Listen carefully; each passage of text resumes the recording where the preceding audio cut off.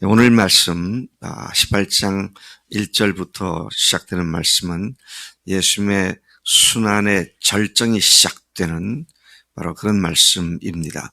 예수님께서 어제 말씀에 제자들과 4-5시간 주의 만찬을 하시고 6월절 만찬 하시고 그리고는 개인 기도를 하셨죠. 그리고 이어서 오늘 18장 1절에 보면 예수님이 제자들과 함께 마가의 다락방에서 나오셔서 예루살렘 성이 마주 보이는 감난산 쪽으로 가셨습니다. 여기에 기드론 골짜기라고 말하는데요. 그 기드론 골짜기는 좀 전에 말씀드린 대로 예루살렘 성을 바라보는 감람산이 있는 그곳으로 건너가는 골짜기입니다. 골짜기라고 그렇게 표현했지만 중에 계곡이죠. 그래서 여러분들이 예루살렘 성전이 보이는 그 사진들을 종종 보실 텐데요. 그 사진을 찍은 장소입니다. 그것이 감람산인데 그곳에 산이요, 조그만 산이 아니라 골짜기 옆에 있으냐 긴 산인데 그 중에 한 동산으로 제자들과 함께 들어가셨습니다.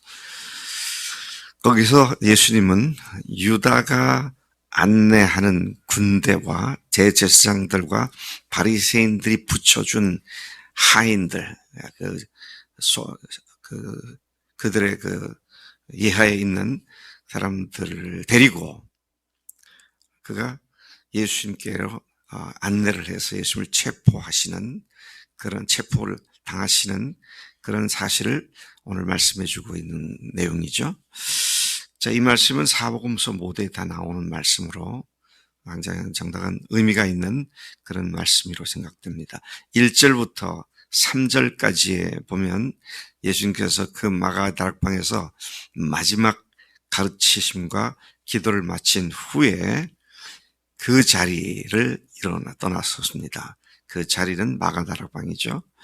그리고 제자들과 함께 기드론 시내 건너편으로 가셨습니다. 기드론 골짜기는 예루살렘 성이 더 건너다 보이는 감람산이 위치한 곳이었고 주님은 그곳에 자주 제자들과 함께 자주 가셨던 기도하러 가셨던 또 함께 지내러 가셨던 곳으로 가셨습니다. 오늘 성지 순례에 가보면 그곳이다라고 하는 대로 안내를 하는데 약간 동굴 형태로 되어 있습니다. 정확한 장소인지 아닌지는 누구도 검증할 수 없지만 그러나 밤에 비를 피하거나 찬 이슬을 피하기 위해서는 아마 그 동굴이 맞을 수도 있겠다. 그렇다고 동굴이 깊은 동굴이 아니라 그냥 산 기슭에 패여져 있는 그래서 지붕 형태로 되어 있는 그런 동굴로 보여지는데 그것이 아닐까 생각을 합니다. 자, 그런데 그 밤에 돈에 매수됐고 예수님을 배신했던 유다가 앞장을 서서 소위 말하는 가이드 역할을 해가지고 예수님이 제자들과 함께 종종 가셨던 그곳으로 군인들과 또 몇몇 하인들을 데리고 그곳으로 몰려왔습니다. 그들이 때를 지어 등과 횃불과 무기를 가지고 몰려왔습니다. 3절까지가 그런 내용이죠. 4절부터 9절까지에 보면 참 놀라운 일들이 발생을 합니다. 예수님께서 자기를 체포하기 위해 온 무리들에게 당당하게 맞서시는 모습을 봅니다. 잡히면 죽는다는 걸 뻔히 알고 계신 주님께서 당당하게 맞서는 그런 내용이 나옵니다. 주님은 지금 무엇이 어떻게 진행되고 있는지를 잘 알고 계셨습니다. 부지부식간에 아무것도 모르고 당하는 일이 아니었습니다. 전후 좌우가 어떻게 될 것인지를 내다보시는 상황이 있었습니다. 그래서 그들에게 주님께서는 먼저 나아가 질문을 합니다. 너희가 누구를 찾느냐? 네. 이건 죽음을 재촉하는 그런 말씀으로도 이해가 됩니다. 그들은 즉각 대답하기를 나사렛 예수라. 주님은 또다시 말씀하세요. 내가 그다. 근데 그 자리에는 예수님을 팔아 넘기는 유다도 함께 있었다 그랬어요. 근데 예수님이 이러한 당당함에 그분을 체포하러 왔던 사람들이 뒤로 나자빠졌습니다. 얼마나 놀랐는지 몰라요. 그분이 내가 그다라는 그 말씀에 하나님의 위엄이 느껴졌을 것 같아요. 또 그들은 놀란 이유가 아니 이 사람이 자기를 잡으러 왔는데 자기다 그렇게 숨지도 않고 그러는구나 아마 이런 것들이 그들에게 충격이 됐던 것 같습니다. 6절 말씀 보니까 내가 그니라 하실 때 그들이 물러가서 땅에 엎드러지는지라. 그들이 예수님의 당당함과 하나님의 위엄에 놀라 나자빠졌고 그 위엄에 눌린 것을 보게 됩니다. 주님은 전혀 당황하거나 두려운 기색도 없이 바로 자신이 그들이 찾는 예수라는 사실을 밝히셨습니다. 요한은 그때 예수를 잡으러 온 자들이 물러가서 땅에 엎드러졌다고 증거했습니다. 예수께서는 그 모든 일이 아버지의 뜻을 이루기 위함임을 아셨고 또 그 일을 이루시기 위해서 여기까지 달려오신 지난 33년의 삶을 아셨기 때문에 죄 없는 자신을 체포하러 온 상황을 담담하게 받아들이고 당당하게 맞이하시는 모습을 봅니다. 그분은 억압적인 분위기에 끌려가신 것이 아니라 어찌할 수 없어서 그 상황에 끌려다니는 것이 아니라 자신이 스스로 그 고통과 죽음의 자리로 들어서신 것이었습니다. 같은 내용을 담고 있는 마태복음 26장에 보면은요, 52절, 53절에 보면 이 장면을 이렇게 기록하고 있습니다. 한번 같이 보겠습니다. 26장 53, 54절을 읽겠습니다. 53절, 54절입니다. 마태복음 26장 53절, 54절 같이 시작. 너는 내가 내 아버지께 구하여 지금 12군단도 더 되는 천사를 보내시게 할 수 없는 줄로 아느냐. 내가 만일 그렇게 하면 이런 일이 있으리라 하신 성경이 어떻게 이루어지겠느냐 하시더라. 참 놀라운 말씀입니다. 주님께서는 칼을 뽑아서 대제사장 하인 중에 한 사람인 말고의 귀를 싹 잘라버렸죠. 그런데 주님께서 칼을 꽂으라고, 칼집에다 꽂으라고 그러시면서 지금 이 말씀을 하신 겁니다. 밀려다니지 않으셨다. 상황을 적극적으로 대처하셨다. 근데 주님께서 어쩔 수 없어서 우리는 상황에 밀려다니고 끌려다니는 건요 어쩔 수 없어서 그러잖아요. 근데 예수님께서는 어쩔 수 있으신 분이셨습니다. 안 하셨어요. 뭐 어쩔 수 없이 할 수 없이 그랬다면 뭐 그랬나 보다 그러지만 할 수 있는데 안 하신 분이잖아요. 근데 왜 그렇게 하셨다 그랬습니까?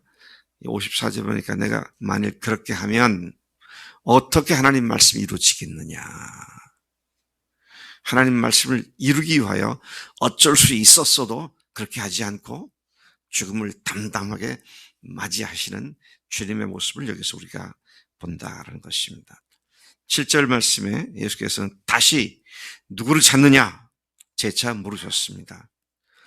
그제서야 그분을 잡으러 온 무리들이 나사렛 예수다 그렇게 얘기하죠. 두 번씩이나 예수님께서 물으셨어요. 누구를 찾느냐? 또 누구를 찾느냐? 너희들이 목적하는 목표가 누구냐? 이제 이렇게 물으신 거죠. 자, 그들의 답을 들으신 주님은 제일 먼저 생각한 것이 뭐냐. 예, 이렇게 나다라고 대답한 것은 주님의 하나님의 말씀이 그대로 성취되게 하기 위해서였는데요. 그 말씀이 생각이 나서 그렇게 하셨지만 내가 그다라고 말씀하시면 제일 먼저 생각한 것이 제자들의 안전이었습니다. 주님의 사랑, 주님의 은혜, 주님의 그 크신 은혜가 바로 이런 것이구나. 제일 먼저 예수님께서는 내가 그다. 이 사람들은 그냥 가게 해라. Let them go. 그들 가게 해라. 너희들이 목표하는 건 나니까, 나를 잡으면 됐으니까 이 사람들은 가게 하라. 그렇게 말씀을 하십니다. 훗날 요한이 요한복음을 기록할 때 이 대목에서 그가 또다시 생각난 것을 기록합니다. 9절이죠. 아버지께서 내게 주신 자 중에서 하나도 잃지 아니하였사옵나이다 라고 하신 말씀을 성취되게 하기 위해서 제자들로 가게 하라고 하셨구나. 참 성경의 말씀도 응하고 주님이 조금 전에 예고하셨던 말씀도 그대로 성취하기 위해서 제자들을 생각하시고 그들을 가게 하라고. 이 말씀은 17장, 18장이죠. 바로 앞장 17장 12절에서 하신 말씀입니다. 그러니까 주님의 말씀과 지식은 언제나 영원히 사실과 일치가 됩니다. 그때 그 말을 했는데 그때는 내가 잘못 말을 한 거고 무효, 그때 그건 아니다. 이렇게 하지 않습니다. 하신 말씀에 대해서 후회치 않으시고 하신 말씀을 반드시 이루시는 주님이시죠. 자, 우리는 여기서 다시 한번 제자들에 대한 예수님의 사랑과 관심을 읽게 됩니다. 자, 이 상황 속에서 시몬 베드로가 칼을 빼서 말고라고 하는 대제사장의 대제사장의 종을 내리쳤는데 잘못 쳤죠. 비껴쳤습니다. 원래 죽이려고 친 겁니다. 근데 귀를 베어버렸습니다. 그래서 주님께서는 베드로에게 칼을 칼집에 꽂아라. 아버지께서 주신 잔을 내가 마시지 아니하겠느냐. 주님은 3년간 이 시간을 위해서 달려오셨잖아요. 그리고 그 시간이 왔을 때 주님은 피하지 않고 오히려 그를 담담하게 받으시는 근본 사역의 목적을 한순간도 잊지 않으시고 표대를 향해서 계속 달려가신 그런 그런 모습을 보여주시는 것이죠. 마지막 순간까지도 나름대로 충정 어린 행동을 한다고 한 베드로의 행동은 여전히 주님의 책망만 받을 뿐이었습니다. 참 이상한 일입니다. 베드로가 예수님을 지키려고 그런 거잖아요. 예수님 체포당하지 않게 하려고 칼을 빼서 휘둘렀잖아요. 네. 그런데 주님께서는 야, 베드로 너밖에 없다. 너다, 역시 너다. 그런 게 아니라 야단을 치시잖아요. 칼 꽂아라. 그렇게 하지 않으면 내가 아버지의 잔을 어떻게 마시겠느냐. 내가 아버지 잔을 마셔야 된다. 그렇게 하시면서 그로 하여금 그 일을 하지 못하도록. 또 다른 누가복음에 보면요. 마가복음과 누가복음에는 칼로 흥하는 자는 칼로 망한다라는 말도 첨언되어 있는 것을 보게 됩니다.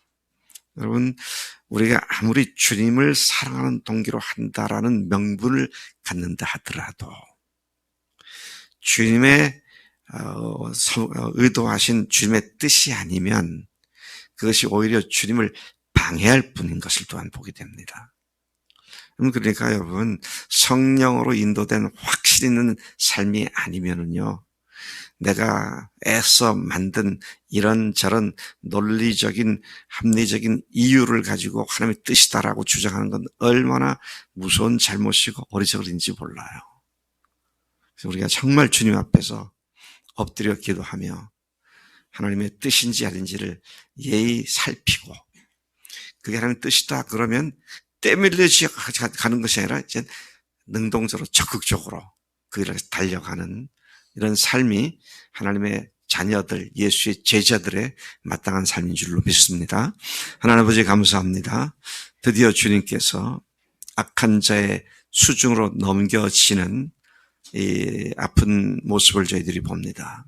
그러나 그 순간에서조차도 주님 그것을 피하지 아니하고 담대히 그것에 끌려가지 않고 밀려다니지 않고 주도하신 주님의 뜻을 이루기 위한 주님의 주도하심을 보며 정말 저희들이 큰 도전과 교훈을 받습니다. 하나님, 우리로 하여금 뭐가 뭔지 알지 못한 상태에서 그저 열심만 가지고 덤벙대지 않게 하시고 상황을 알게 하시고 안 믿음을 가지고 하나님 주도하는 우리의 삶이 되도록 인도하라고 오늘 이 말씀을 주신 줄로 믿습니다.